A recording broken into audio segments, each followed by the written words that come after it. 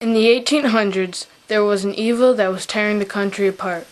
An evil so terrible that eventually a war was fought over it. It was known to Southerners as their peculiar institution. This evil was slavery. For a long time, the war wasn't thought to be a fight over slavery. The South said that they were fighting for their way of life and states' rights, while the North was fighting to preserve the Union. But people knew that slavery was bad, including the Union President Abraham Lincoln. He wanted to end it. So, he thought about writing a document that would end slavery and change the purpose of the war.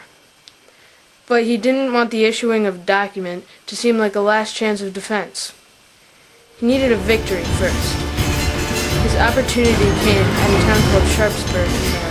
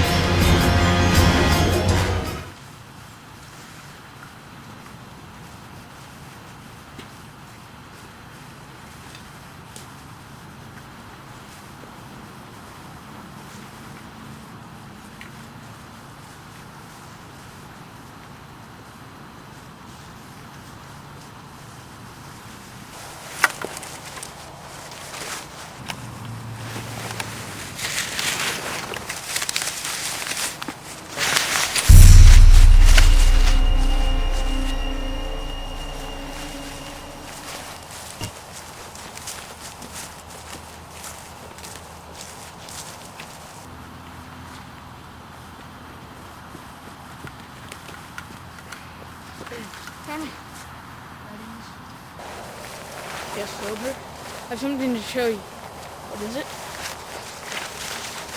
General Lee's plans. Well, this is quite a find.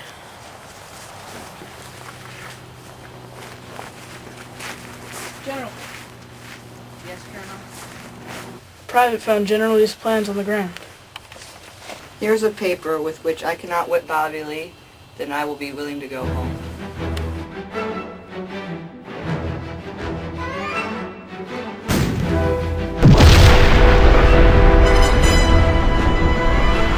Started early in the morning on September 17th. Union General Hooker shelled General Jackson's army in a cornfield. Hooker said, "Every stalk of corn in the northern and greater part of the field was cut as closely as could have been done with a knife, and the slain in rows precisely as they had stood in their ranks a few moments before." Yes, the shelling had caused the Confederates many casualties. By 7 o'clock, Jackson had been reinforced. He then drove the Union soldiers back. They forced the Yankees to retreat. Retreat! Movement!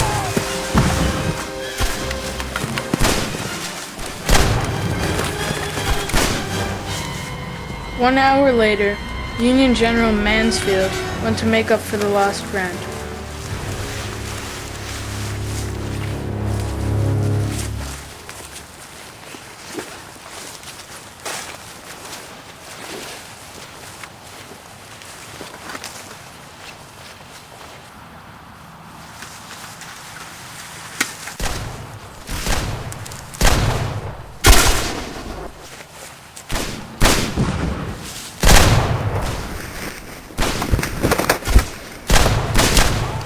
They were successful and pushed the Confederates back.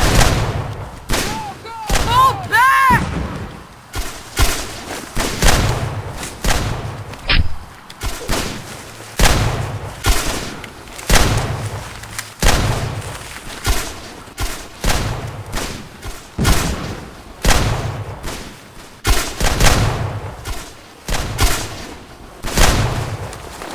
Union General Sedgwick went to help Mansfield.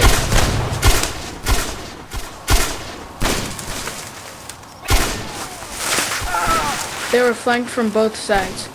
Most of the soldiers died. Union General French then went to help Sedgwick.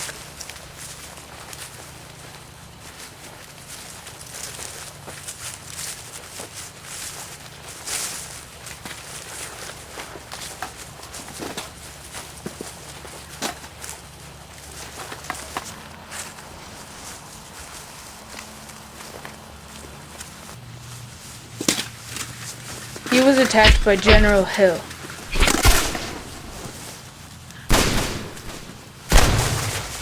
After this, there was a 4-hour battle at a road between them.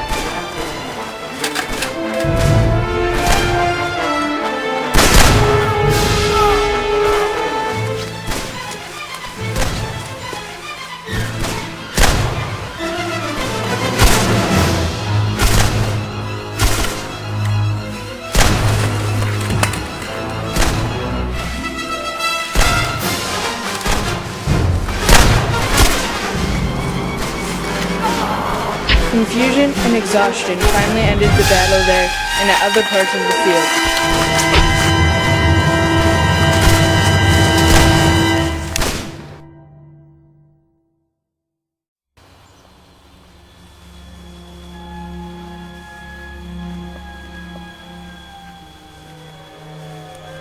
Meanwhile, Union General Burnside was trying to cross a bridge.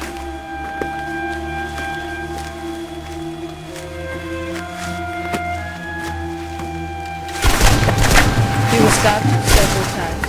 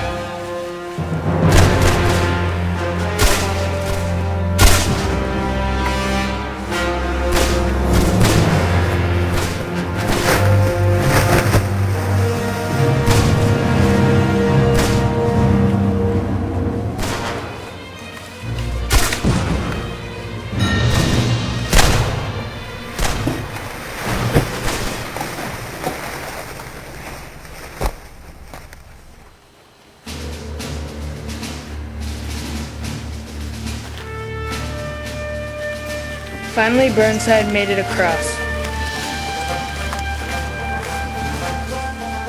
It took him 2 hours to reform his lines.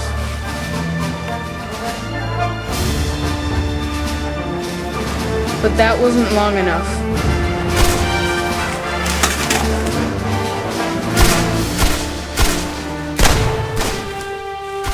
He and his men were attacked and forced to retreat back to the bridge. Retreat!